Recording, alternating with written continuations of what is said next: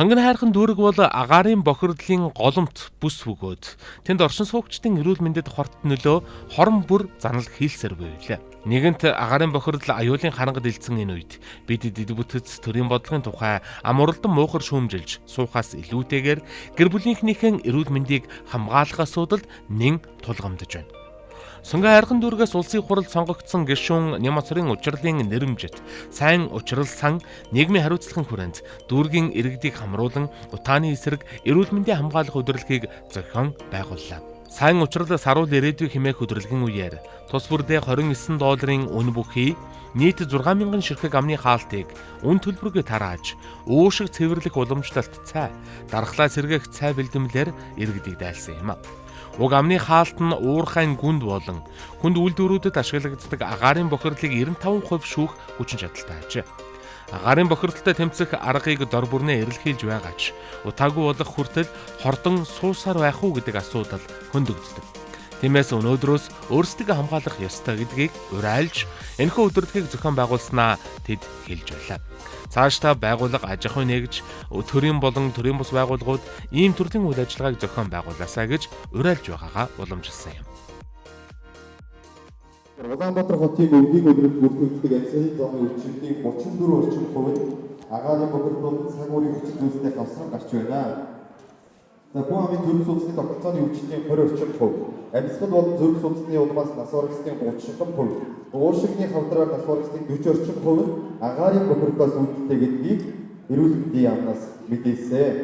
За амьсгалын тогтолцооны үйлчилгээ бүх амын үйлчилгээг тэргүүлэх шалтгаан болсоор байгаа бөгөөд 2008 онд 10,000 хүн амт улмаас 972.9 хүн өвдөж байсан бол өнгөрсөн 2017 онд энэ үзүүлэлт 1671.4 болж 1.7 дахин нэмэгдсэн ийм харамсалтай тоо мэдээлэл байна. Мөн Монгол улсад 2017 онд хорт хавдрын 6073 шин тохиолдол онцлогдсоноос 7.2%-ийг нь уушиг буурсан хоолой хорт хавдар эзэж нийт хавдрын өвчлөөс 3-р байрыг эзэж гэнсэн мөн ийм харамсалтай тоо мэдээлэл байна. Мөн 5 хүртэлх насны хүүхдийн өвчлөлт амьсгалын тогтолцооны өвчин тэргүүлэх шалтгаан болж уушигны хадгалгаа 25.4%, зочмол борооны 21%, томоо тус өвчлөлт 10.9%-ийг тус эзэлж байна. Мөн нийслэлийн харийн аймагуудын 977 хүүхдийн орон дээр нийт 1426 хүүхэд эвхэмжлүүлж байгаагийн 75% нь амьсгалын замын гадууртай хүүхдүүд эзэлж хүүхдийн орны ачаалал 46% ихэрсэн ийм нийгэм бас бид бүхэн амьдарч байна. Тэгэхээр ийм бас аимшигтай бас зүйлээс бид бүхэн дор бүрдээ биенээ хамгаалах хэрэгтэй юм аа. Ингээд өнөөдрийн бас сайхан арга хэмжээг санаачлан бас зохион байгуулж байгаа сайн учрал сангийн тэргүүн хадагтай сэлэнг таныг энэхүү тайзнаа урьж байна.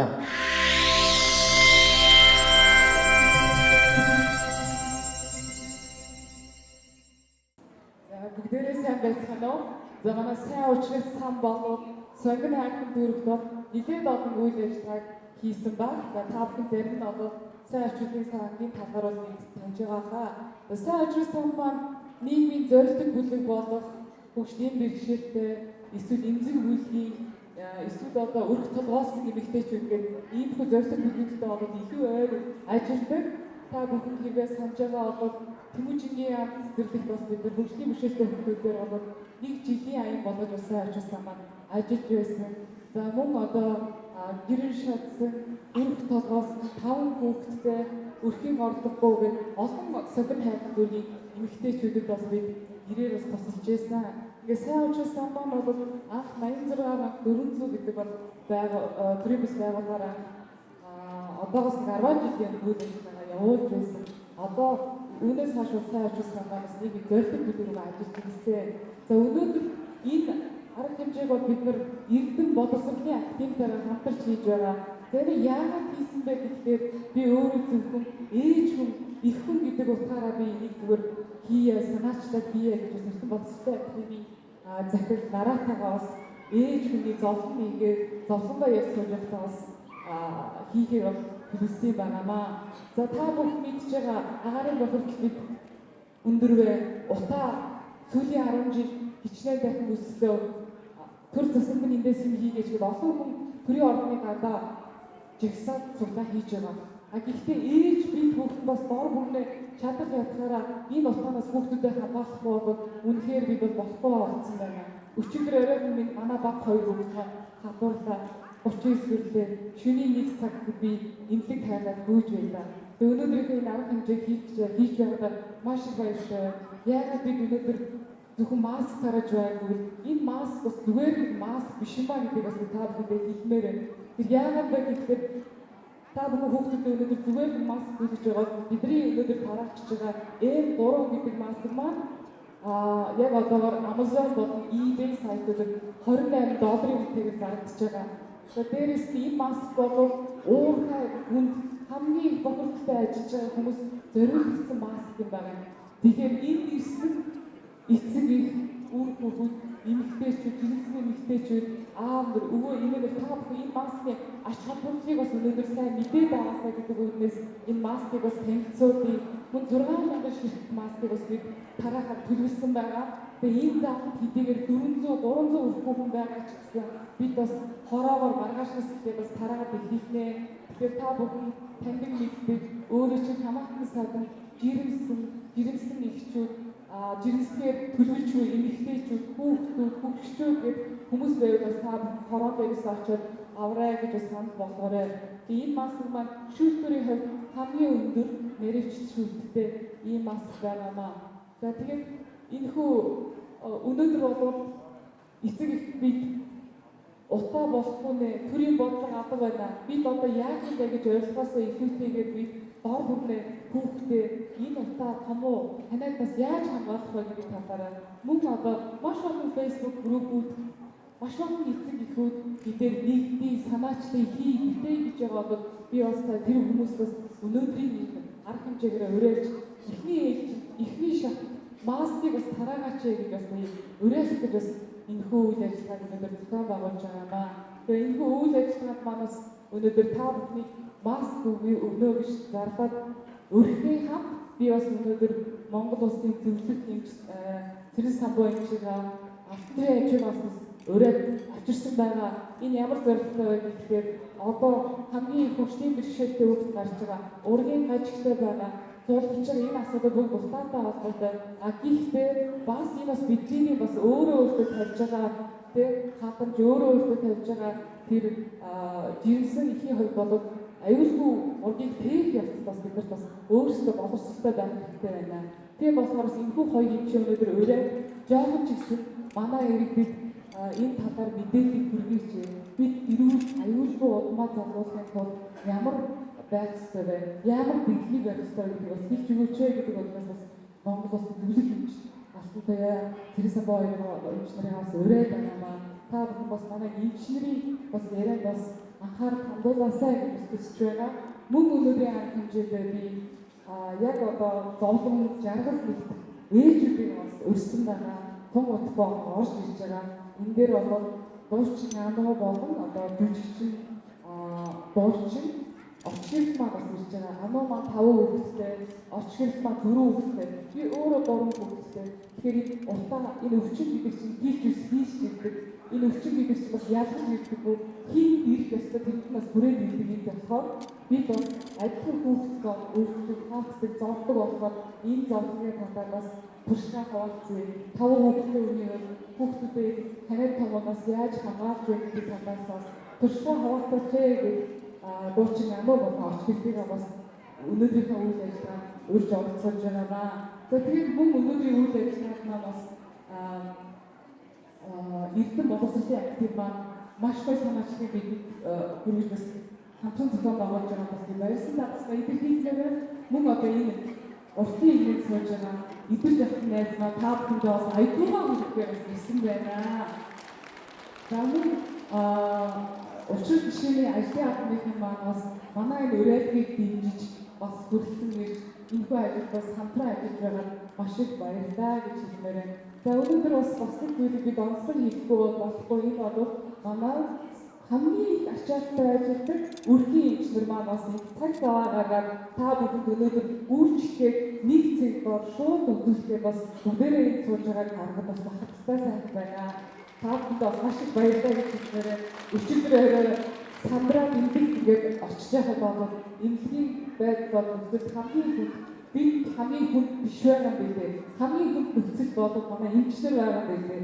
үнэхээр хязгаардаг нөөцөөр олон хүнд бас хамруулж бүтээл үйлчлэгээ үзүүлэх бас айгүй их болж байгаа гэдэг өчигдөр орой шөнийн 1-2 цагийн байдлаар би харсан. Тэр өнөөдөр эмчнэрийг манай ах мэдүүдийн хүүхдүүдийг үзлэг хийхэд багчаа аваад өөрсдөө цаг зав аваад энэ заавал бас ирсэн. Та бүхэндээ хатан таталтаас илэрхийлмээр байна. Би өөрсдөө хэрэг хандлагатай гэхдээ утаа болохгүй, төрөлцөг болохгүй, энэ амьдрал болохгүй гэхээс илүү бид болгон бүртээ энэс хамгаална, энийг даваад гарна. Манай монголчин бас нэг сайхан 4 өдрөлтэй. Энэ утааны өдрөл маань том удахгүй дуусчихж байгаа. Тэгэхээр одоо үлдсэн энэ сарын хугацаатаа бас бид буруу маска зүгээд хүүхдүүдээ, эхчүүдээ, хөгшчүүдээ бас энэ утаанаас хамгаалцгаая гэж уриалж өгнөөр яах гэж хэлж байгаа шүү. Ингээд та бүхнийг цаг зав аваад энэ заавал маш их баярлалаа. За баярлалаа. Өнөөдөр болж байгаа арга хэмжээний талаар ерөнхий бүх мэдээллийг өгчлөө гэж би ойлгож байна. Тэгээд бас өнөөдрийн арга хэмжээнд бидний дэмжиж ажиллаж байгаа Сонгайхан дүүргийн 18, 19, 23, 27, 29-р хорооны засаг дарга нар болон за өрхийн билгийнхаа хамт олондоос бүгдээрээ баярлалаа тасрыг илэрхийлээд нэг усыг алгачаа. Өнөөдөр бас бүгдээрээ нэг бороо бүгдээрээ их суулгах арга хэмжээ сайхан байна. Надад өнөөдөр бас таагаад уушиг зүйлийг цагаар үзэж байгаа ойцхан гэдэг боломжтой дими энэ компани эвлэг бас байгаа. Тэгээд үүнд бас таагаад уушиг зүйлийг цагаар цаг өндөр дөрвөн үзэж байгаа. За мөн бас энэ татгаас иргэж цацраг наарц маань байлдыг бас дууссан баг шиг 4-5 хүн бүдээж хоорондоо бас тэр мэдээ сайхан татгаас иргэсэн байгаа гэж ингэж бодож байна. За одоо ингээд энэ тайлбар дээрээ та бүхэн бас эрүүл сайхан зөвлөгөө өгч би бүхэн энэ утааны үед ялангуяа жирэмсэн гэгчүүд маань энэ утааны үед яаж өөрсдөө хамгаалах ёстой вэ? Энэ талаар та бүхэн сайхан яриад өгөх кино хэмээх нийслэлийн мөргөн амарч газрын тасгийн гэгч ангаах ухааны доктор, клиникийн профессор, Монгол Улсын зөвлөх эмч Шарвын Цэрэн Самбуу таны урьж байна. Бүгдээ хамт шалтгаалъя.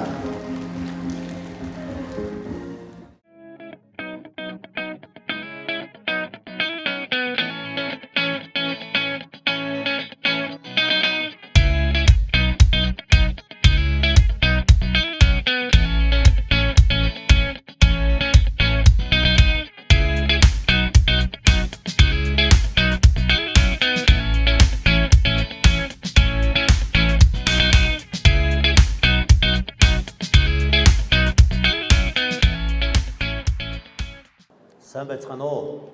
Та бүхний өнөөдрийн амгалан айлтгая. За, юуны өмнө одоо өөрсдөө хамгаалахаар одоо нийгэмд болсон энэ гамшигын эсрэг тэмцгээр мөн түншлэн бидний айж амьдралд хамгийн ойрхон байгаа хамгийн их гамшиг барьж байгаа бидний эрүүл мэндэд хамгийн их занал хийлтэй нөлөөлж байгаа энэ утаа өнөөдөр Монгол улсын Улаанбаатар хотын хувьд бол энэ бүх хүний санаа сэтгэлийг зовоосон сэрдэхийлэгсэн анагаах ухааны мэрэгчлэнүүд хэдийгүй нийгмийн бүхий салбарт ажиллаж байгаа хүмүүсийн хамгийн их аюултай асуудал болсон утаанаас өөрийгөө яаж хамгаалах вэ гэдэг асуудлын дор тэрийг ойлгохоор сургалтын хүрэлцэн ирсэн нийт эцэг эхчүүд, ахмадууд, инхний бяцхан хөрс хүүхдүүд та бүхэндээ энэ өдрийн мэндийг хүргье.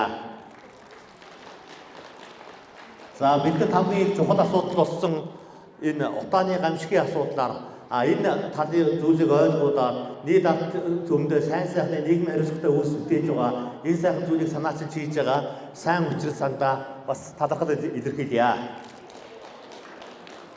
Бид нар одоо сайн учрал сантай энэ хамт олонтой бол бас нийгмийн сайн сайхны төлөө их хурсын төлөө олон үйл ажиллагаа хийдэг. Тэрний нэг маань одоо энэ сонгон хайрхан буюу одоо энэ дүүрэг үнэхээр бас манай утаа гамшигын бүсдийн бүсэд амьдарч байгаа ард иргэдэд үзүүлж байгаа бас бидний зөвлөгөө өгүүлэхээр ингээд өрсөн явдал бас нэг том санаачтай ажил дуу гэж бодож байна. За бид бүхэн энэ утааны гамшигын талаар ойлгохын өмнө зөвхөн энэ хүчил төрөгч хүний агаарын амьсгалын систем энэ агаар одоо эрүүл агаар хүнд ямар хэрэгтэй юм бэ гэдэг талаар нэг товчхон анхны энгийн ойлголт авъя зөвхөн. За энэ юу гэхээр зэрэг бид бүхэн мэдж байгаа хүн хоол ер нь бол хүн амьд организм, амьд бие махбод, хувь хүн, бодгал хүн болвол за хоол хүнсгүйгээр нэг 30 хоног амьдарч чадна. За нойргүйгээр 7 хоног амьдарч чадна. Утаа агааргүй амьсгалаа авч чадахгүйгээр бид нар 5 минут ч амьдарч чаддаггүй ийм л организм, бие организм. Энэ агаар амьсгалын замын систем хүнд ямар их чухал ач холбогдолтой, хүнд энэ хүчил төрөгчгөөс зүйл ямар их чухал юм бэ гэдгийг бид бүхэн мэднэ. Юу нь юу вэ гэвэл ерөөсөө хүн амьсгал авч чадахгүйгээр одоо огт амьсгал хийн солилцоо явагдахгүй 5 минутын дараа л өөрөө эдисийн өвчлөлд орж эхэлдэг. Хамгийн түрүүнд өвчлөлд ордог гэдэг хэвтэн маань тарих юм байна. Тарих одоо хүн амьсгалгүйгээр хийн солилцоо явагдахгүй 5 минут тогтоход тарихны бүх эдисийг өсвөл үхэж эхэлдэг. Ийм учраас бидэд хүчил төрөгчгөөс зүйл ямар их чухал ач холбогдолтой юм бэ гэдгийг бид бүхэн ойлгох хэрэгтэй. За бидний хүчил төрөгч яадаг вэхээр бид нар амьсгалж байгаа агаараараа хүчил төрөгчийг авлаа. Энэ хүчил төрөгч маань цээжний энэ цагаан мөгөөс хоолоогоор дамжаад ууршны бүх жижигхэн судлуудаар дамжаад уушгины цулцсанд очиод энэ цулцсанд очихдоо тэнд одоо цусанд хүчил төрөгч маань шингэлтийн байдлаар орно. Энэ хүчил төрөгч маань бүх эд эрхтэнд очиж бүхий бие махбодыг хүчил төрөгчөөр хангах эдисийн үндсэн солилцоо бидний эдэж хоол ундыг зохицуулж байгаа тарих сэтгэх үйл ажиллагаанд оролцож байгаа мэдрэлийн эсүүд бөөршөөс ялгаруулах замын хордоо үтгэнүүд гаргаж байгаа бөөрийн эсүүд за энэ одоо арьс марьс бүхий эд эсүүд маань энэ хүчил төрөгчийн хангамжтайгаар үндсэн бодисын солилцоод явагддаг юм а. Энэ хүчил төрөгч байж иж бидний амьд организмын бүхий үндсэн хими урвал одоо биологийн бүх процесс маань хүчил төрөгчийн үндсэн суурин дээр явдаг юм. За ийм учраас агаар бол хүн агааргүйгээр амьдрах чадахгүй. Агаар гэдэг бол хамгийн чухал зүйл. За энэ авж байгаа агаараа бид нар угаарын хийтэй аваад байгаа энэ утааны хамгийн чухал асуудал болчиход байгаа. Үнэхээр энэ бол нийгмийг түгшээгсэн манай нийслэл Улаанбаатар хотын иргэд маань яг гамшигын байдалд очиж байгаа энэ утааны асуудал болохоор зэрэг одоо бүхэл эрүүл мэндийн суурь бүтцийг өөрчилж байгаа ийм асуудал болж байгаа учраас энэ гамшигын байдалд хүрчээд байгаа юм. Энэ зөвхөн жинслэл төрөлт одоо ихийн хөвлөд байгаа урагт нөлөөлөхгүй. Бид бүхний бүхэл ахыг өвчөнд нөлөөлж байгаа. Бүх хавдар өнөөдөр уушгины хавдрыг сая тоо баримтанд дурдагдлаа. 41% нь одоо энэ уушгины ахаарын бохирдолтой холбоотойгоор уушгины хавдрыг үүсгэж байна гэдэг.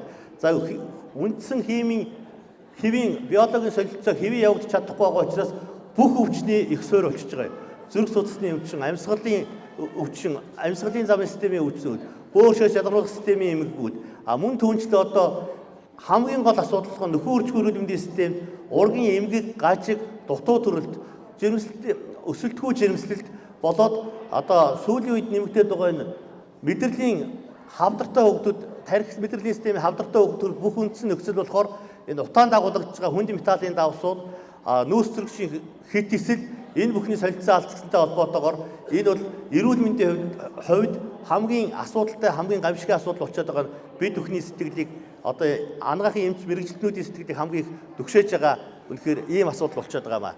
За тэгэхээр зэрэг бид бүхэн үнэхээр энэ нийгмийн бүхэл систем одоо өдөртөн зохион байгуулалт болон одоо бүхэл засаг төрийн түвшинд энэ утааны эсрэг тэмцээд байгаа боловч бид бүхэнд бас энэ гамшигын байдлаас өөрийгөө хамгаалах боломж байна. Энэ бүхнээс урьдчилан сэргийлэх гэдэг бол бас нийгэмдээ үзүүлж байгаа хамгийн том нөлөөлөл юм байна. За энэ улс орны чинь бүхэл зүйл эрүүл хэрэгэн, эрүүл ард түмэн, эрүүл хүн гэдэг бол энэ улсын хамгийн том баялаг бид бүгдөө мэдж байгаа. Тийм учраас энэ орчноос өөрийгөө хамгаална гэдэг бол хамгийн чухал асуудал. За энэ амьсгалын энэ өнөөдрийн сайн очил сангийн шугамар энэ маск амны хаалт тараагдж байгаа юм байна. Энэ бол бидний хамгийн түрүүнд өөрсдөө хамгаалах хамгийн ихний зэвсэг бол энэ болж байгаа юм. Тийм учраас та бүхэн өнөөдөр бид нар бүгдөө л мэдж байгаа. Нийгмийн толгомцсон асуудал учраас утааны асуудал ийм байна, хордлогын төвшинт ийм байна, баян хөшөөд өргөд ийм байна, сонгон хайрханд өргөд ийм байна, баян зүрхэд ийм байна. Энэ мэдээллүүдийг бүгдөө л авч байгаа. Тэгэхдээ нэгэнт одоо бидний өнөөдөр амьдарч байгаа орчин, өнөөдөр амьдарч байгаа хот маань, өнөөдөр амьдарч байгаа байдал маань энэ байдлаас маш богино хугацаанд хурдан гарах боломж бол харьцангуй алга байна. Ийм байдал бол олон жилийн бугшсан энэ асуудлаас болоод өнөөдөр энэ гамшигын байдал бид нар очичоод байна. Ийм байдалд бид нар өөрсдөө яаж тэмцэхөөр хамгийн түрүүнд бидний тэмцэл бол өөрийгөө хамгаалахаас эхэлж байгаа ийм асуудал байгаа маа. Тийм учраас цөмөрө нэгдүгээрт нь энэ маск сүүж гівшиж өөрсдөө хамгаална гэдэг бол хамгийн чухал зүйл байгаа юм. Энэ маск энэ зөвхөн одоо утааны хүнд хортой бодисоодоос өөрсдөө хамгаалахаас гадна өнөөдөр энэ маск маань амьсгалын замын бүхэл халдвараас хамгаалах нөлөөтэй. Бид нар амьсгалын замаар дамждаг асар олон халдварууд байна. Одоо өнөөдөр бүр энэ пандеми хэлбэрээр бүр дархалт дэгдэл хэлбэрээр гарчаад байгаа энэ томоогийн асуудал байна. H1N1 вирусын шалтгаантай томоогийн асуудал өнөөдөр бас үнэхээр хамгийн аюултай асуудал болчиход байна. Энээс нэг хамгаалах асуудал маань бас л амны хаалт. Мөн түнчлэн амьсгалын замаар халдварладаг бүхий л эмэгхүүд одоо энэ халдваруудыг олон янзын шалтгаанаар дамждаг халдварууд байд юм.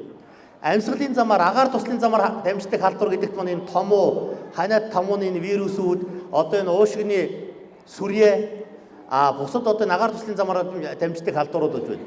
Цусан бүтээгдэхүүнээр дамждаг гэж халдварууд байна. Цусан бүтээгдэхүүн хайрцах, цусан бүтээгдэхүүн юулуулах, цусан бүтээгдэхүүн хийснээс эсвэл контактны уу хүрэлцэх замаар халддаг халдварууд гэж байна. Энэ маскаар бид нар зөвхөн утааны энэ хор бодисуудаас өөрсдөө хамгаалаад зогсохгүй амьсгалын замаар дамжиж байгаа бусад бүх халдвараас хамгаалах боломжтой хамгийн ихний одоо өөрсдөө хамгаалж байгаа асуудал бол энэ маск зүүж амны хаалт зүүж гівших асуудал бол ийм чухал асуудал болчиход байна. Тийм учраас өнөөдөр энэ сангаас зохион байгуулж байгаа энэ агаарын хүнд нөхцөл болон уурхай хүнд нөхцөлд ажилладаг энэ маскыг цөмөр өөрсдөө аваад юуны төрөнд өөрсдөө зүүж хөвшье. Энэ одоо энд сууж байгаа олон эцэг эхчүүд энэ ахмад настай улсууд энэ өөрсдөө хамгаалахаас гадна үр хүүхдүүдэд зөвлөж хөвшүүлээч. Мөн үр хүүхдүүд ач зээ нартай зүүж хөвшүүлээд энэ маскыг ихтэй зүүж хөвших юм бол өнөөдөр амьсгалж байгаа агаараас гадна энэ томуу тус төвчин амьсгалын замын халдварууд ханиад томооноос сэргийлэх нэг чухал үндсэн зүйлс болж байна. Тэгэхээр та бүхэн энэ тарааж өгч байгаа маскыг өнөөдөр зүүж хөвшүүлэх, энийг байнга хэрэглэх нь бас өөрсдөө хамгаалж байгаа нэг чухал асуудал зүйл юм гэдгийг хэлж ойлгуулах гэсэн юм аа.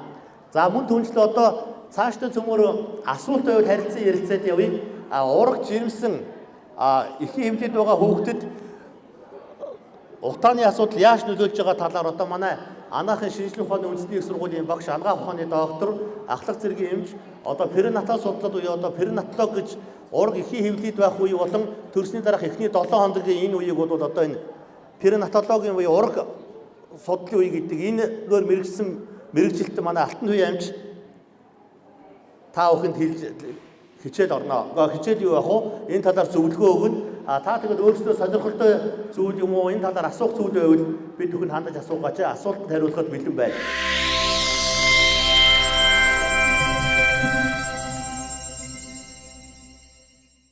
Сайн байцгаана уу? Та бүхэнд энэ өдрийн мэндийг хүргэе. Ингээд сайн учраас сан болон Эрдэм боловсролын төвтэй хамтраад сайн үсийн аянд эмчнэр бид нар нэгдэж оролцож байгаа. Нэгдүгээр, хоёрдугаар сайхан ийм сайхан залуучуудтай би өөрөө залуу хүн хамтраад нийгмийнхаа сайн сайхны төлөө та бүхэндээ өөрийнхөө талаас өөрийнхөө зүгээс туслах болсондоо маш их баяртай байна. Ингээд одоо өөрийнхөө сурсан, мэдсэн, сонссон зүйлийг та бүхэнд одоо ингээд бүгдээрээ хоорондоо ярилцаа та бүхэндээс тайлбарлаж хэлж өгье. За энэ утаа тийм ээ. Утаа өнөөдөр бол энэ танхим сайхан цэлгэр байсан бол бид нар ямар гоё баяр баясгалтай байсан бэ те. Гэтэл ингээд бүдийгээд ингээд сүүдэртэй надад бас айгүй хэцүү байна. За энэ утаа маань яаж юм гэхээр 1 м куб квадратад 20 микрограмм одоо утаа одоо энэ тооснцор байх ёстой. Гэтэл Монгол улсад хийгдсэн судалгаагаар 146-аас 201 куб метр квадрат 146-аас 200 микромоль миллилитр юм утаа байгаад байна. За энэ утаа гэдэг маань яг юу вэ? Бидний одоо энэ танхимд байгаа ингэ сааралтай байгаа зүйл яг юу вэ? За энэний одоо яг агуулмж нь юу вэ гэхээр жижиг хэмжээний металлууд агуулгдсан байгаа. Дээр нь тоосонцрууд агуулгдсан байгаа. За та нар нүдэндээ төсөөлөд үзтээ жижиг хэмжээний металл гэдэг чинь за төмөр ингээд үзүүлэхээр ямар материалууд гардаг вэ? Тэр бүхэн одоо энэ дээр бидний ингээд амьсгалж байгаа агаар дотор байна. За тэр металлууд яах нь хоолоогоор орохлоор нөгөө сансдыг чинь бүрхээд сайхан бид нар нөгөө цэвэр хүчил төрөгч үнэрлээд хүчил төрөгчөө аваад бодисын солилцоогоо эрчимжүүлэхийн оронд нөгөө хүнд металлууд чинь бидний хамгийн чухал амьсгалын систем рүү чи ороод тэнд маань ингээд хан дээр ингээд тогтоо суучж байгаа. Тэр бодисын солилцоонд хизээч оролцохгүй. За тэрний тэгээд хөхөр хүчлийн хийн яах вэ гэхээр цус руу орж байгаа. Цус руу ороод нөгөө нэг жирэмсэн ээжүүд энэ хэр олон жирэмсэн ээжүүд байгаа вэ? Гараа өргөдөө жирэмсэн. Тэр ийм олон жирэмсэн хевлийдээ сайхан өрөө тээж аваа ийм сайхан залуу ээжүүд вэ. За бидний нөө өнөртж байгаа яг одоо энэ агш нь ингээд үнэртэж байгаа энэ утаа маань таны ингээд цусаар шимэгдээд таны урагт очиж байгаа. Урагт яаж очих вэ гэхээр та тамхи татдаггүй тий? Тамхи татдаггүй мөртлөө яг татдаг тамхи татдаг одоо ээжтэй яг тийм үйлчлэгээ үзүүлдэг. Тамхи татдаг ээж яадаг вэ гэхээр утаагаа авлаа нөгөө утаа маань урагт очдог. Урагт очихдаа X дээр очдог байхгүй юу? X гэдэг маань ургийг чинь тэжээж идэг маш чухал хэсэг байдаг. За тэрэн дээр очиод нөгөө X дээр утаа нөгөө хүнд бодисууд маань очиод ингээ наалдчихдаг. Тэгээ X хөгшин гэж ярьдаг штэ бид нар тийм үү? X-ийн дутагшил болдог гэдэг. За тэр маань яах нь вэ? Та ингээд утаатаа одоо энэ орчинд байгаа тахлаар X маань хөгшрөөд урагт нөгөө цусан хангамжийн гүйцэд очихоо болчихно. Тэгэхээр нөгөө урагч нь өөрөө дотроо амьгүй болдог. Гинт хүүхдээ амьгүй болсныг мэддэг ээжүүд байдаг штэ тийм ээ? Бид нар жирэмсийнхээ амтнд ингээд явж идэг ямар ч шалтгаангүй ээжид гинт хүүхдэн дотор амьгүй болчдөг. За тийм их биднэрт одоо хүндрэлтэй, тийм аюулт өгшөөд бидний яг хажууд ирсэн байна. За тэгвэл бид нар энээс яаж сэргийлж чадах вэ? Хамгийн чухал зүйл маань энэ маск. Одоо та бүхний гарт байгаа бол одоо буршигун шиг аваад амныхаа хаалтыг хийгээрэй. Таны ингээд амаар амсгалж байгаа агаар чинь хүүхд чи очиж байгаа шүү. Тэ очоод ураг маань дотор амьгүй болох эрсдэлтэй шүү. Нөө X-ийн дутмагшил үүсэн шүү. Жим багтаа хүүхд үүснэ. Жим багтаа хүүхд төрдөг. За энэ бол бүр судалгаагаар батлагдчихсан. Монгол улсад тэгсэн судалгаа байгаа. Олон улсын судалгаагаар ч мөн тэгж батлагдсан байгаа. 2,500-аас доош килограмм жинтэй хүүхдийг жим багтаа хүүхд гэдэг. Манай эхнэр ингээд хүүхд нүсэлтгүй болчлаа. Манай эхнэр ингээд зулбчлаа. Миний хүүхд зулбчлаа гэд хүмүүс хүүхдээ бариад ороод ирдэг. Эмчээ энэний шалтгаан нь юу вэ гэд яг надаас асуугаад байдаг байхгүй юу? Энэний шалтгааны нь бол би ямар за энэ чи 100% утаа гэж хэлэхэд бас хэцүү. Яагаад гэвэл тэр хүн маань өөрөө тэрийг одоо нөө сэргийлж чадахгүй мэдхгүйгээс ийм алдаанд хүрчихэж байгаа байхгүй юу? Тэгэхээр бүгдээрээ биднэрт одоо нөгөө урьдчилан сэргийлээд энэ маска зөвл тэр одоо хүндрэлээс сэргийлж болох юм байх шүү гэдэг мэдээллийг өгсөн. Одоо та бүхэн энэ надаа агшинд энэ сайхан хүмүүсийн буйнаар ийм сайхан мэдээллийг авсан юм чинь цаашдаа маш олон хүмүүст энэ мэдээллийг түгээгээрэй.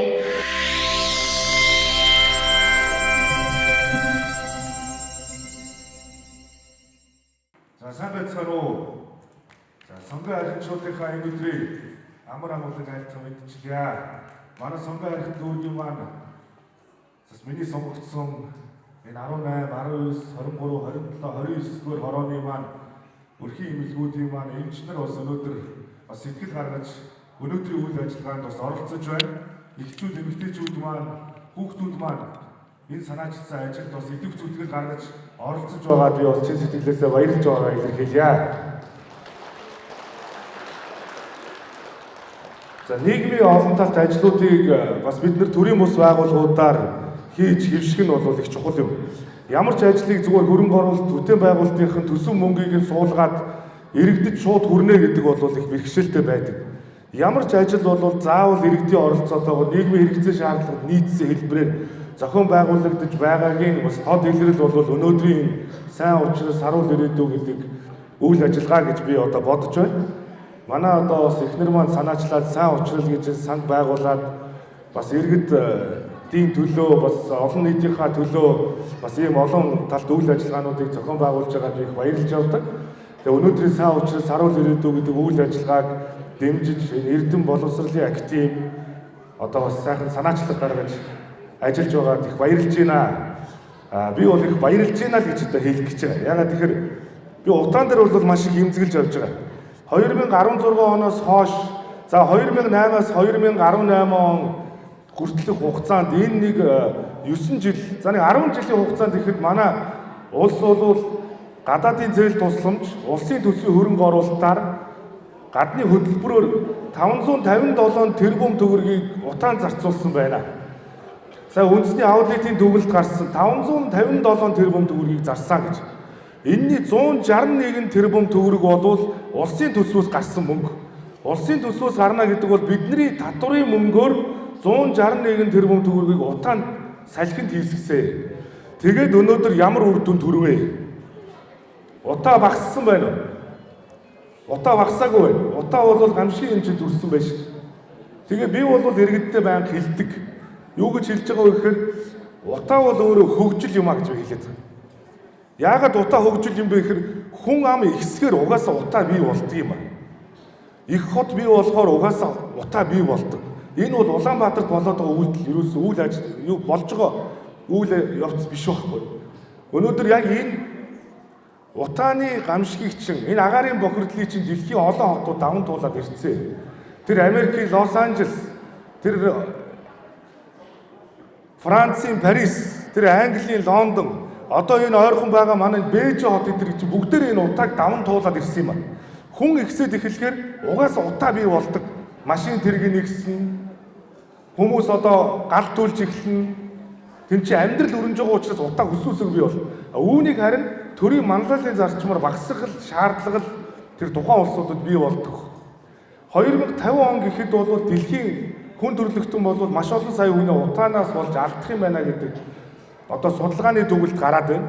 Тийм ч учраас одоо утаатаа тэмцэе гэдэг энэ уриалгыг бол манай улс биш дэлхийн нийтээр гаргаж тавьж байна. Өнөөдөр та бүхэн бодорой. Утаа бол юунаас болж байгааг гэвэл хамгийн их том сэжүүр нь бол энэ ажилгүйд ядууралтай холбоотой. Үнэхээр ажлын байр нэмэгдээд ядуурлын төвшин багасаад өрхөө орлого нэмэгдэх юм бол утаа байхгүй. Тийм биз? Хинч нүүрс түлхийг хүсээгүй. Өмнө жил бол нүүрсийг одоо түлхийг хориглоноо, нүүрс түлж болохгүй гэдэг их хурал дээр ярьсан. Би бол түүн дээр хатуу тэмцсэн. Би бол эсрэгээр нүүрс тараая гэдэг санаачлалыг гаргасан. Тэгээ би энд ирж нүүрс тараасан. Ер нь бол хүүхдээ өгүүлээ сууж байгаа эхчүүдийг та нар утааг ихсэх гэд хувь нэмрээ оруулаад байна. Та нар түлж болохгүй гэдэг шийдвэр гаргах бол хамгийн их том тэнэглэл багхгүй. Тийм биз? Бид нар нүүрсээ түлнэ. Бид нар таарлцсан юм а түлнэ. Амьдрахын тулд түлнэ. Тийм биз? Тэгэхээр энэ жил би бол бас нүүрсээ тараа. Яагаад тэгэхээр нүүрс тараахгүй бол энд чинь өөрөө хүмүүс даарж байна. Хүмүүс өдөр хоногоо яаж өнгөрүүлэх вэ гэж одоо иргэшээлтэй байна. Цагаан сар болох гэж байна. Тийм биз? Бид нар нэг шуудаач гэсэн нүүрс хэрэгтэй л байна. А үүнийг төр засаг бодлогоор шийдэхгүйгээр биднийг нүүрс дараах асуудлыг зогсооно гэж байхгүй. Тийм ч учраас цаашдаа ерөөсөө төр засаг өөрөө юм дээр манлайлал гаргах ёстой гэж би одоо бодоод байна. Та бүхэн мэдж байгаа сонгон харихын дүүргийн одоо энэ үнэртэй салхи гэж одоо манай сонгоны нэрмжид салхи биш.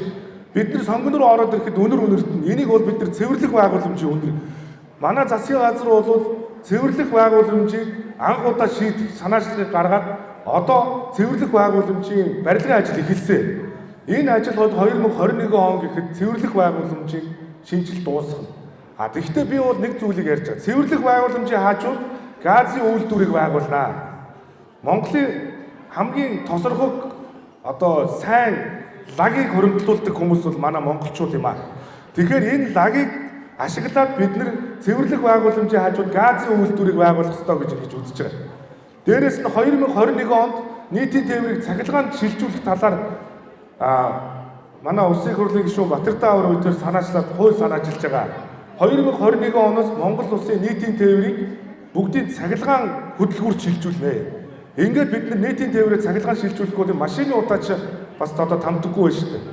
Тэгэхэд одоо та бүхэн хар одоо энэ Францад Америкийн тэр Лос Анжелес энтерт бол 2025 онд дизель хөдөлгүүртэй бензин хөдөлгүүртэй машиныг бүгдийг хориглосон. Өнөөдөр Хятад бол бүгдийг цахилгаан тээврээр шилжүүлэх одоо бодлогыг барьчлаа. Хятадд одоо энэ том одоо утаанаас сэргийлэх том 100 барьцсан. Ингээд одоо тэнд чинь нэг цагт 30 м кубик одоо агаар цэвэршүүлдэг тийм одоо том 100 барьлаа шин. Тэгээ өнөөдөр Бээжин хотод ямар ч утаагүй болцсон байна. 6 жилийн өмнө гэхэд Бээжин бол утаатай байсан. Одоо утаагүй. Тэгээд 5 тойрогтой хуваагаад бүс болгоныг татвартай болгоод ингээд захын тойргуудаар амьдарч байгаа хүмүүсийн татварыг нь багасгаад эхлэхээр өргөн хэрэглээний бараа бүтээгдэхүүнийх нь үн багасаад эхэлдэг. Түүний адилхан сонгон хайрхын дүүрэгт татварын үн бага байгаад өргөн хэрэглээний бараа бүтээгдэхүүнийх нь үн бага байдаг. Хотын татварыг бий болгох ёстой гэж зорж байгаа. Тэгээд дэлхийн бүх хотууд газ цахилгаанаар шийдсэн байхгүй энэ асуудлыг. Газ цахилгаанаар. Тэгэхээр газар цахилгаанаар утааг багасгах ажлыг л одоо бид нэр цаашаа эрчимжүүлнэ. Тэрнээс биш өөр бол одоо ямар ч шийдэл бол байхгүй. Дээрээс нь 557 тэрбум төгрөгийн утаан зарж байгаа бол бид нар аудитын дүгнэлтийг гаргахдаа заавал хэдэн ажлын байр нэмэгдүүлсэн бэ гэдгийг үнэлэх ёстой юм байна. Лондон хот бол утаагаар далимдуулж ажлын байраа багасгасан юм. Жишээ нь утаанд зориулж байгаа мөнгөөр ажлын байр нэмэгдүүлж байгаа. Заавал. Тэгэхээр утааг багасгахын тулд бид нар одоо сайжруулсан түлш үйлдвэрлэнгээд одоо хэд хэдэн үйлдвэрүүд барьжлаа шүү дээ. Одоо хувийн үйлдвэрүүд барьсан улс өөрөө хийсэн. Дараа жилээс бол энэ оны 5 сараас бол бид нар энэ сайжруулсан түлшийг бол иргэдэд хүртэх яг энэ нүүрстэй адилхан үнээр тарах боломжтой болчихж байгаа. Тэгэхээр яг энэ үйлдвэрүүдэд хэдэн монгол хүн ажиллаж байна? Хэдэн ажлын байр нэмэгдэж байна? Хэдэн өрхийн орлого нэмэгдөө гэдгийг нь тоогоор хэмжээд эхлэх юм бол утааг багасгахад зориулсан мөнгө ажлын байрыг нэмэгдүүлэхэд чиглэлээ гэдэг. Ийм одоо юу гарч ирж байна?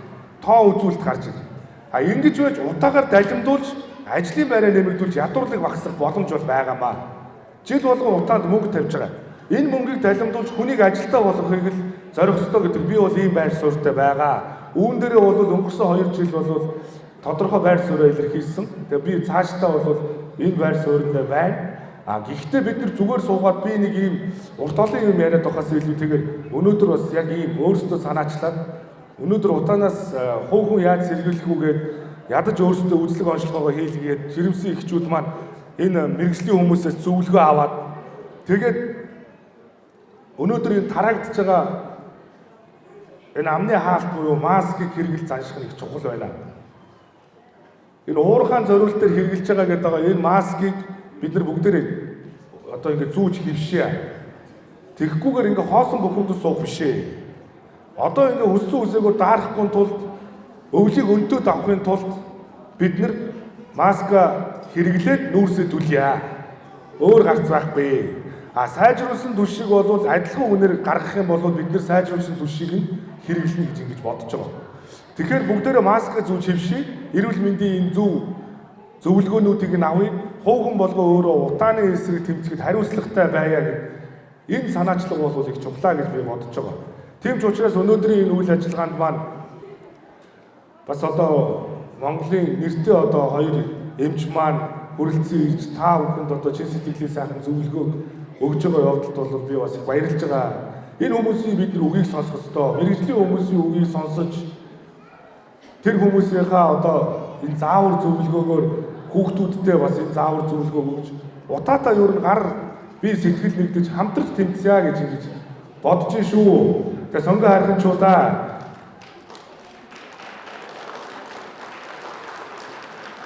манай дүүрэгт бол одоо яг бид нар цагаан сарын үеэр иргэд сонгогчдыг уулзалтыг хийнэ. Манай ажлын албан миний зүгээс тайлан сэтгүүлээ тараана хийсэн ажиллаараа 18-19 онд нийлээд 22 тэрбум төгрөгийн зөвхөн манай 5 хороонд улсын төсвөөр ажил хийгдэнэ.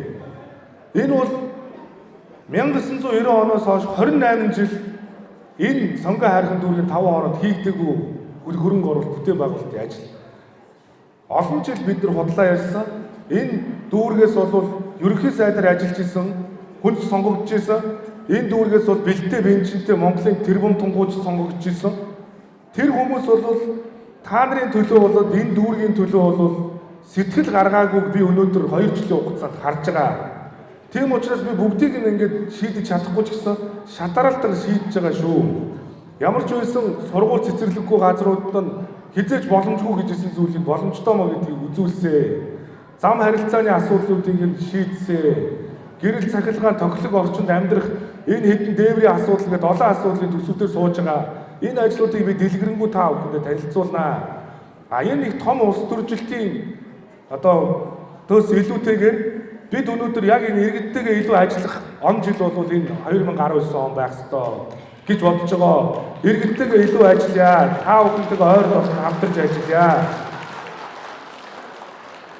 гэж бодож байгаа шүү гэдгийг хэлье. Ингээд та бүхэндээ одоо энэ сайн уучран сангийн зүгээс манай 5 хороонд 6000 одоо маскыг буюу энэ амны хаалтыг тараах юм байна. Тэгээ энэ 6000 амны хаалт бол түрүү хэлсэн нэг нь $28 гэж шүү. Тэгэхээр энэ бол уурхам амны хаалт юм байна. Бүрэн хамгаалж чадна. Энэ маскыг амны хаалтыг бол цаашдаа иргэн бүртээ хөрөхгүй ч гэсэн 6000 хүнд хөрөхийн тулд хичээж ажиллана гэж бодож байна. Тэгээ бүгдээрээ цаашдаа одоо амныхаа хаалтыг хэрэглэж утаанаас хамтдаа сэргийлцгээе. Ингээд та бүхнийхээ гэр бүлийг сайн сайхан бүхнийг хүсье өрөөё. Аз жаргал сайн сайхныг хүсье.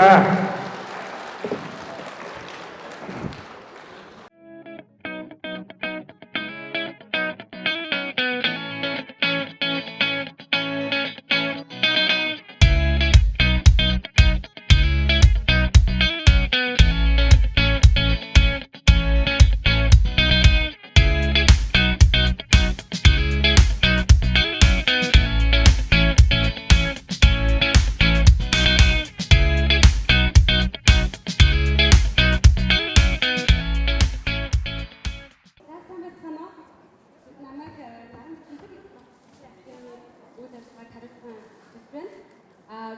Миний яриа танд тэр сонсогдож байгаа вэ? Хайр сонсогдож байгаа тийм. Тэгэхээр манай би өөрөө чгүй. Тэгээ манай жижигчэн орчтод маань ээж тэднийгээ захирал маань болохоор 3 ээж. Тэгээ бид 3 юу жишээлсэн бэ гэхэд маш сонирхолтой байх болов аауд маань жоохон сонирхолтой байх юм болов гэж бодож байна. Тэгээ бид 3 ээжүүдийн зүгээс та нартай жоохон хөөрөлт яа гэж бодсон юм байна. Тэгээд ээж гэж ярихлаар анх ээж болсон түүх дурсамж их сонирн байдаг шүү дээ. Анхны хүүхд дээрээ яаж төрсөн бэ гэж тийм. Анхны хүүхдийн төрөх үеийн тэр дурсамж эрдөөсөө мартагдгүй хөгжилтэй ч юм байсан болно. Та тэр тухайгаа хуваалцаа гэж орч гэр жүжигчдэн дээр телефоноо шилжүүлээ. Сайн байцгаана уу? Юуны өмнө хорон цогцорсон та бүхэнд энэ өдрийн мэдлэг хүргэе. Тэгээд хүн болгоо өөрийнхөө хамгийн их мэддэг, чаддаг зүйлээ ярих хэрэгтэй байдаг. Тэгээд анх 20 настай ээж болж исэн. Тэгээд одоо би 30 настай, ерөнхийдөө би 20-аас 30 нас хүртэл би одоо хүүхдүүдээ өсгөж өөрийнхөө сонирхлаараа ордог уран сайхан гэж явсан. Тэгээд анхны одоо ээж болсон мэдрэмж гэх юм бол үгээр хэлэх аргагүй байсан. Гэхдээ ээж нар бүгдээрээ адилхан юугаар адилхан байх вэ? Бидний жаргал зовлон, аз жаргал, ой тургуулийг бүгдээрээ адилхан тэгээд тэр онцлог тоосан. Тэгэхээр миний хувьд бол 3 хүүхдийн ээж, за 22 настай одоо ээж болж байна. Тэгээд аав ээж бондоо за сэлгээ оюутна одоо сургуулаа төгсөөд хүүхдээ олох шүү гэж аяг ярьдаг байсан. Гэхдээ амьдрал чинь яг юм болоод төлөвлөснөр болдоггүй. Би оюутан байхдаа хүүхдээ гаргаж ирсэн.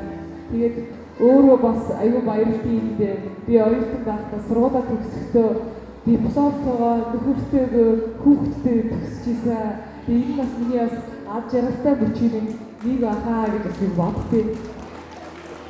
Би одоо миний яг ахын стилд болоод хилийгээр одоо аав ээж минь ихтэйсэн сургуулаа боловсролтой болчоод ээж надаараа ингэ захдаг байсан боловч би болоод яг тэрийг зүрхсэн. Гэхдээ хамгийн их баярлсан юм манай аав ээж нөгөө хоригдж ирсэн нөгөө одоо захиж ирсэн хүмүүс маань ямар хөөрхөн юм бэ гэж аяг зээ хүүхдээ хараад бас маш их баярлж ирсэн. Yeah. Амжилтсан байна те. Бид нар амжилтсан гэж яддаг. Тэгээ намайг бас оюутан байхад аавч ажиллаа хүүхдээ одоо гэж хэлжсэн. Би оюутан байхдаа хүүхдээ олоогүй амжуулаагүй тэгээ бүр 27 он хүрээд анхныхаа хүүхдээ гаргаж оройтчихлаа. Тэгээ би тэг хүүхэд өсөж явах зураа одоо надад тохиолдоод байгаа нэг би яриа л та. Хүүхэд маань ингээл ойр халуураад өддөг байхгүй юу. Би эндэг явдаг. Тэгээ энэлгээс өгсөн энийг аваад уулгана. За яг нэг 2 хоног болж байгаа 3 өдөр дахиад халуурдаг. Тэгээ нэг айд болгонд ээж болгонд гэрийн жор гэж байдаг. Тэгэхээр 4 хүүхэдтэй хүн 3 хүүхэдтэй хүн зайлшгүй нэг гэрийн жор байгаа даа гэж бодогдоод ээжүүдтэйгээ хуваалцаад бүгдээрээ энд байгаа эмээнэр манад өвөөнөр манад бүр ахыг аав ээж болсон байгаа учраас тэдэртэйгээ бас хуваалцгаа ярилцсан. За мэдээж одоо 4 хүүхэдтэй гэхээр бас гол төрсөн байгаа гэж одоо хэлж байгаа хэрэг. Хамгийн түрүүнд яг бид одоо өөрөө өвөө эмээгийн хэд байсан. Тийм бас тэр эмээгийн одоо намайг өсгсөн юм уу одоо ингээд намайг өвтгөд хэлдэг өсгөр аргуудын агуу хэрэглэдэг. Тэр нь ямар байсан бэ гэхээр манай эмээ намайг ингээд хөлсийн мөр гарт тоглуулдаг байсан. Өсөд ингээд чөлөө төсөг ингээд тоглуулаад хүс гараад тэгэхээр ингээд одоо нөгөө одоогоор шинжлэх ухааны талаасаа бодохоор ингээд миний одоо хорт байц ялгаад идэг гэсэн юм уу та тий тэр ядарсан байсан. Тэгээд ингээд хөсөө гарт тоглосныхаа дараа надад ингээд шүлтээ хоололдог. Тэгээд би нам унтчихдаг. Ингээд хөсөө гаргаад хоолоосаа идээд ингээд уртын цагийг авчаар ерөнхийдөө эдгээр ямар нэг өвчин туссан байхад эдгээр хугацаа манай хурдан байдаг байсан. Тэрийг одоо би хүүхдүүд дээр хэрэгжүүлдэг. Тэгээд тэрнээс гадна маш их усанд оруулдаг. Одоо нэгэсэндээ их тийм ханиалж уухнатай хамар одоо насаар дөрөв зээж цэрэг дөрөв үед бол яг усан эмчтэйгээр хамт зүйлүүдийг хадгалж байна.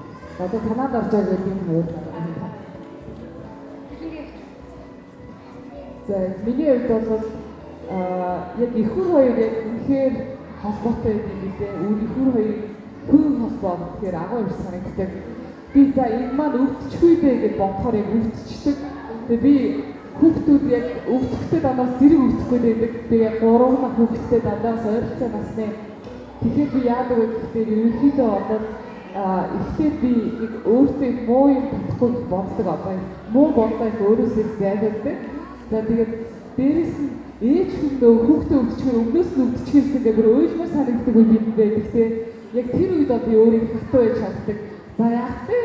Ханаад штэ нэг хамрын ханаад штэ гэдэг байдлаар нэг одоо нэг үл тоосч нэг удаа энэ яавал гэжтэй гэсэн нэг тийм эерэг бодлоор би хүүхдүүдийнхээ өвчтөд авдгийг болоо гэж би өөртөө одоо шийдвэр хийдэг.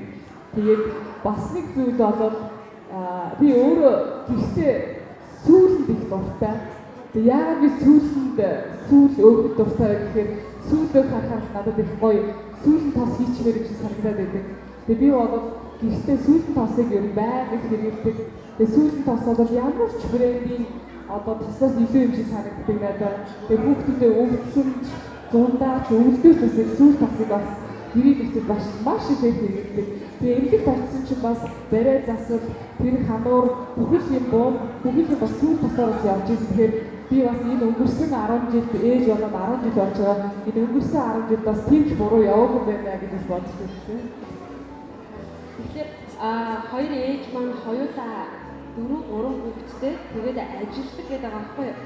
Ганцхан хүүхэдтэй би ажлын хажуугаар хүүхдэд тусалж надад аяг хэцүү байдаг. Тэгээд би аягүй гайхаад байна л та яаж цагийн менежментийг хийгээд ажиллаж хүүхдээ өөрөөсөө яаж ийм гоё яах яваад гэдэг юм бэ? Яаж амжилт юм бэ? Миний хувьд би өглөө босоод хүүхдтэйгээ зурцаар газ наагаад нүрээ угаагаад тэгээд ажиллаа гардаг байхгүй юу? Тэгээд ингээ хасаж амар хөөргөн аягүй гоё ингээд би яах яваад байж байгаа. Тэгэхээр надад цагийн менежмент их сайн санагдаж байна. За энэ тухайгаа яаж өгч хийж байна? За цагийн менежмент гэдэг нь хувийн зохион байгуулалттай юмудаа хийдэг. Гэхдээ өдөртөө бол тэгээд 10-20 ажил төлөвлөхгүй шүү дээ. Тэгээд нэг 3-4 ажил. Тэрнээс яг нийгмийн ажил юм бол 2 нэвтрүүлэг сая ч юм уу ингээд төлөвлөж. Гэхдээ яг ингээд тооч яг энэ төр хийхгүй. Ерөнхийдөө өөртөө ингээд зохион байгуулаад тэрнээс гадна хамгийн аюул чухал зүйл юм бол хүний нөгөө нэг хувийн орон зай гэж öelдэг. Тэр аюул чухал. Тэгээд хувийн орон зай гэхээр заавал ингээд чи өөрийнхөө одоо өөрөөсөө эсвэл өөрийнхөө офис гэж юм уу тийм юм байхгүй. Тэр бол одоо сэтгэл дотор хувийн орон зай гэж хэлж байна. Өөрийгөө гоё өгдөг, өөрөө сайхан төсөөлөх юм уу тийм. Ингээд ихтэй ерөнхийдөө энэ зүйлүүдээс ингээд ихтэй одоо тэр уурах хөдөлж юм уу, стресс юм уу тийм зүйлүүд бас багсаж байгаа. Бүр өсөн бол багсахгүй тийм. Гэхдээ ихэвчлэн хүүхэд жоохон байх, хүүхэд нөхөх үед бол жоохон стресс ч юм уу. Өөр бусад зүйлээр аргахын арга бол юм зүйл байдаг. Миний хувьд бол сургуулийн багш. За эхнэр хүний ажиллаа хийн, ээж хүний ажиллаа хийн, багш хүнийхээ ажлыг хийн. Тэгээд би нэг л зарчим баримтсан. Энэ бол ер нь одоо нэг бид ирчим гэж ярьдаг, дэглэм гэж ярьдаг тийм. Тэгээд энэ зүйлийг би 3 хүүхэдтэй би жоохон сурах гэж үздэг. За өглөө босоод өөрөө хувцас үзээд ингэ шүү. Шүдээ ингээд угаан шүү. Орой онцтой хувцас ихэд бигдээд ингээд тавина шүү гэж яг өөрөө хүн болох арга техникийг авдаг байдаг юм байна. Тэгээ манай хүүхдүүд бүгдээ 5 насны зөрүүтэй авахад ихчин дүүгээ харах тийм бас бодлоготой. Тийм болохоор би ихчтэй сайн айдад өгөхөөр ихчин бас дүүгээ аваад явчихдаг тийм байдаг. Тийм болохоор хүүхдүүд манаас энэ болгоныг менеж буюу одоо ингээд зохицуулах бас маш их тус болтгоо. Аль болоод хүүхдүүдээ бас багаас нь бие даахыг бас хичээдэг. Тэгээд энэ ажил амьдралаа одоо хүүхдүүдэд аваа явж байгаа манаас манай 3 хүүхдийн маань авьяа бас байгаа гэж бас бодчих. Тэр маань бас зөвхөн намайг хараад байлгүй, зөвхөн аавгаа хараад байлгүй. Өөрөөсөө бас багаасаа юм хийж сурч байгаа. Тэгэхээр энэ бас манай одоо миний энэ ажил амьдралаа зөвшөөрж байгаа бас нэг нууц байгаа гэж би бодож байна. Сая хоёр ээжигээ ярьж авах бодлоо та нэг ингээд хувийн орон зайтай байх хэрэгтэй. Нэг болохоор хүүхдээ биеийн даахдаг гэж. Тэгэхээр айр гэр нэг хүүхд хүмүүжил дүрм таах гэж байдаг да. Жишээ манай гэр болохоор бие ууралсан үед манай нөхөр хизээч хүүхдийг аргахгүй шүү. Чи аргамаар байсан ч өөр тийшээ ороорой гэж бид нэг дүрм гаргадаг байхгүй юу? Эсвэл хүүхэд ингээд амар ойлгонаа янз бүр болоод байж байгаа үед янз бүрийн нөгөө таатах юм байдаг дүрмээр гэж ярьдаг шүү дээ. Хизээч тийм хийхгүй миний хүү дуугаараа Энийхүү ингэхгүй шүү гэж ярина гэдэг. Иймэрхүү нэг жижиг дүрэн байдаг. Тэгээд танах тийм санагдaltaй дүрэн байвал яаж өгөөч? За ерөнхийдөө дүрэн гэдэг нь гэр бүлийн дотоод уур амьсгал юм да тийм. Яг манай гэрийн дүрэн гэдэг юм бол яг бид маш их ярилцдаг. Тийм 3 настай, 4 настай, 30 настай, 40 настай хамаагүй маш их ярилцдаг. Хамгийн гол нь ярилцахаар нөгөө хамгийн их одоо бүтээл гардаг учраас маш их ярилцдаг өвчтэй, өөртөөр ярилцаж. Энд юм одоо тиймэрхүү дүрэн гэх юм аа. Тэгээд дээрээс нас манай сэтгэл хэлсэн шиг ерөнхийдөө ингээд бүгд одоо өөр өөрсдөө юмудаа ингээд арчдаг бид эндээ одоо төртэй байхгүй. Тэгээд тиймэрхүү юм уу да. Манай хувьд бол ээж аав багш нар, эмээ өвөө багш нар тэгэхээр манай нэг л зарчим үйлчлдэг. Энэ юу гэвэл яг ярилцах, ойлгох, бурууг таниулах. Бид нар манай гэр бүл хүүхдтэй гар бүрэг зодохыг бол арай хойш тавьдаг. Зодохоос илүү 30 минутын хүүхдтэй ухаарлаас яриад энэ буруу шүү, ингэдэж шүү, ингэж хүний хүндтэй шүү гэнэхөө. Тэгэхгүй ийм байдаг шүү. Амьдрал ийм байдаг шүү бас ярих дуртай. Ялангуяа манай нөхрийн хувьд бол хүүхдтэйгээ аягүй их ярьдаг. Тэгээ хаяа би ингэж хаяа сонсохоор хитрхи том сэдвээр аягүй хүнд сэдвээр яриад байгаа шиг санагддаг. Гэхдээ энэ аль хэдийн нөгөө жоохон хүүхдүүд ойлгосон бас байх жишээтэй байдаг. Тэгэхээр ер нь одоо ярилцсан манай очгод яг би санал хийж ярилцсан одоо хамгийн зөв хүүхдийн хүмүүжүүлэлттэй би байна.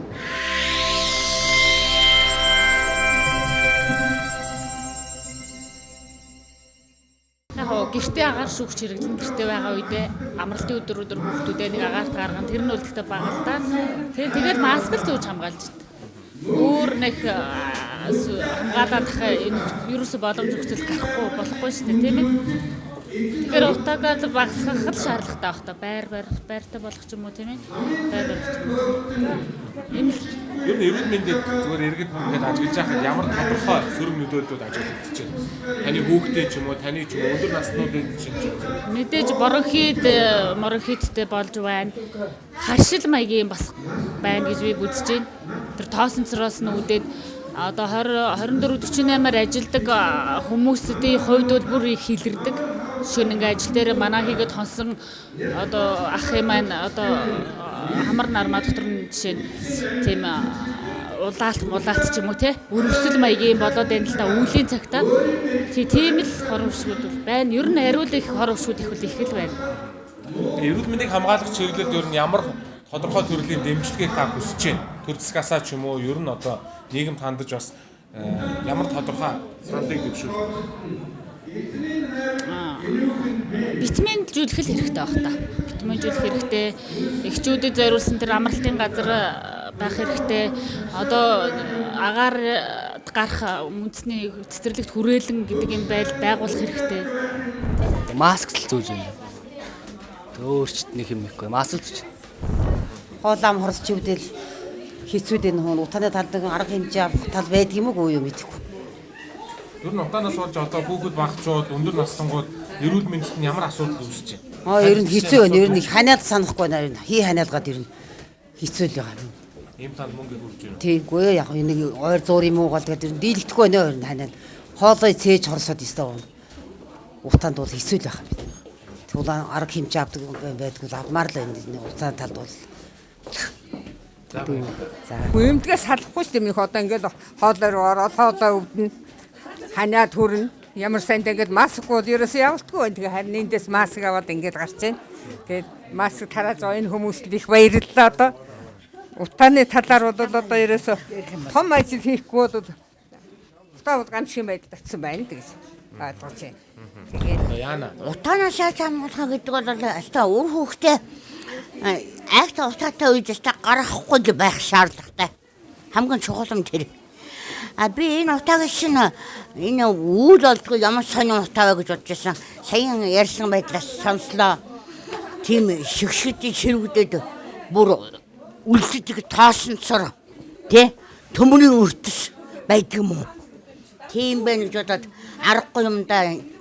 Хүний уушиг гэж дотор муутлах яах вэ гэдэг ойлголт төрөөд өөрийгөө өстө хамгаалах эрхэнд сая тэр зах дээр чинь шүүлтүүртэй юу авсан. Тэрийгэж бас гадшаа гарахтаа хилээд хийгээд явдаг. Гайгүй юм билээ. 2 шүүлтүүртэй тийм утаа. Одоо энийг авлаа. Одоо өстө энэ утаанаас өөрсдөө хамгаалах зорилгоо бидний өөрсдөө ухамсар мэднэ. Тийм ээ? Тэрээс одоо төр засгийг хүлээгээд дуусахгүй нэ тийм ээ. Төр засгийг хүлээгээд барахгүй. Төр засаг дийлдэхгүй. Хэцүү л байна. Хэцүүгээд одоо яах вэ? Бүх юм авгалжаад энэ маскыг хэрэгжилж байна. Цэцэрлэгээ яажлахаа хөвгдөд бол нөө юу гэн тэндээсээ өгсөн тийм юм зүгэл явуулж байна даа.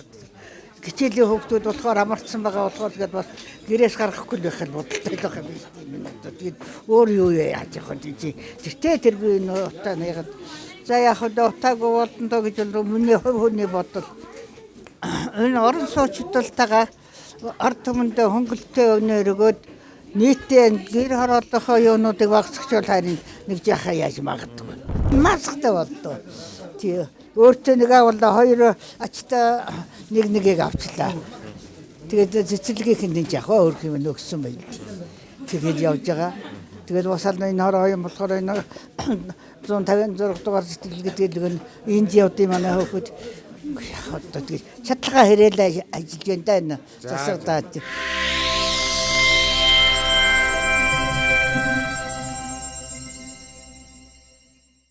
Улсын нийслэлийн нэрийг гутаасан урд хожид байгаагүй унаар шиг сүвэж байгаа утаа таны үннийг гэлж болох уу? Энэ майшин дотор сүвэгээд байна. Гэнэт ирээгүй утаа, гэнэн гомоо шийдвэрүүдийн гэрч болон үлдсэн утаа, уур бардаг утаа, уулаг алдуулдаг утаа, уушиг зүрх цоолдог утаа, урд авснаа мартдаг утаа, маск борлуулдаг утаа, магад үнэн байгаа утаа, мөнгө иддэг утаа, мөддөө арилахгүй утаа, эмнэлгийн байгууллагыг хүндрүүлдэг, эзэн олддоггүй хачин утаа. Замын салхиар хөөгдөн зүг чиггүй арилж одоод замбуулын харин тайвширхад залтан туслахаар эргэж ирээд дээшээ дэгддэггүй утаа, доогуур битээ утаа. Настан багцуудад хэцүү утаа, намар хавартаа мартамгүй утаа. Нядах болчлуудаа хөдөлж тэрэн нийслэлийн иргэдийн амьдрал цэцгэлдэг өглөө оройны ачааллын цагаар өөрийн эрэхгүй амьсгаа төгжүүлж үзэгдэх орчин хэцүү болгочоод нуугдах газраа олоод зогсчихдаг новшийн замтаа саарл утаа. Утаанд уурлууд мунхаг тооцогдно. Эзний хайвал энүүхэнд бий. Күүтэн нэмэгдэхэд хүчээ аван гүнсний хэрэгцээнд шингэдэг утаа. Хөдөө хотгүй шагшаадл байх юм. Көвч тайган уулаадл байх юм. Уулаадл байхад хүчтэй заримынх нь хэтэмтэн шингээд хөл ургаад нисээд явчихдаг хөгийн замтаа заваан утаа. Хөдөөгөө гэсэн сэтгэлтэй бүхнийг хөдлөөд явах ариун утаа. Шахмал түлш үйлдвэрлэж чадаагүй шал дэмий завшигч нөхдийн шагнал болгон авсан утаа. Дараа үйл багасна гэж дэндүү гоёор хуурч сууга амьдрал мэддэггүй цагаан завтангууд аргыг олоод өнөртүүлмээр утаа. Хөвчлээр авсан хамаг малаа төмөр болгон унж тавихад тоос торвоод хог үлдээгээд нутгаа эзгүүрүүлэн нүүдлэн ирд амьдрал эрен бидэрч аваа айл байгууллагын хашаа бараадагчдын арай ихээр нэмэрсэн утаа. Улсын хүчний тэн хагас нь хамрам руугаа чихүүлж байхад халаас руу улгаад орчигдаг арайч үгүй байлгүй гэлтэй арилсан дотортой новшиг утаа. Бодлогоор зөв ажиллавал богино настай байх учиртаа булчингүй буруу хандвал баахан ихийг залгих утаа. Хортхын эрхэнд бичигдсэн утаа хоёргүй сэтгэлээр хорвоо гэлээхэд цагаан өнгөнд халтаач гэлээ цаг нь ирэхээр арилах утаа. За баярлалаа.